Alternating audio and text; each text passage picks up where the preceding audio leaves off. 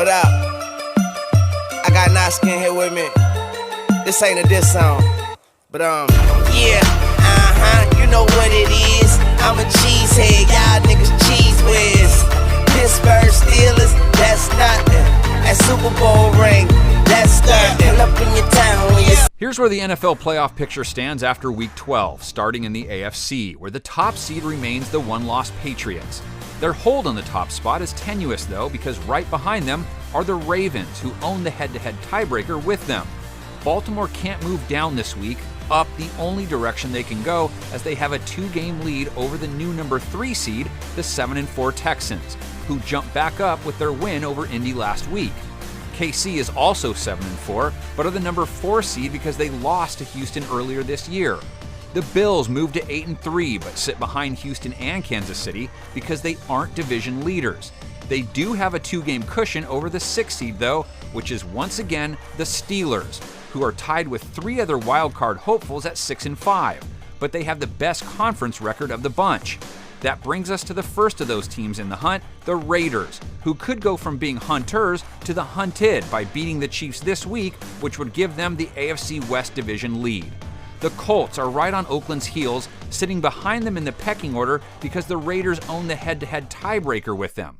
But like last week, Indy could jump back into the division lead with a win and a Texans loss.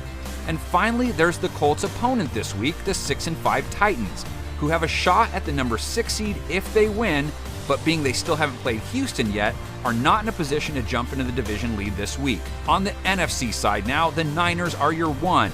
But if they were to lose and Seattle wins, they could slide all the way down to the number 5 seed. The Saints are the new number 2, thanks to San Fran taking out Green Bay last week, and could jump into the top spot if the 49ers lose and the Seahawks win.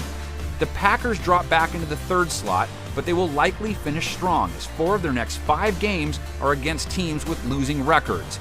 The Cowboys remain the number 4 seed for now, but are only 1 game ahead of Philly. However, they aren't in danger of losing their spot this week, as they own the head-to-head tiebreaker with the Eagles, though they still play each other one more time. The Seahawks are holding down the 5th seed, but if they were to handle their business and the 49ers and Saints both lost, they could be your new number 1. That won't be easy, though, because they play the 6th seed, the 8-3 Vikings. Like Seattle, they could make a big jump too, all the way to the number 2 slot. They would need to win and see the Packers and Saints lose. Then you get the 6-5 Rams, who despite getting blown out are still the only NFC team in the hunt with a winning record. And last but not least, the 5-6 Eagles.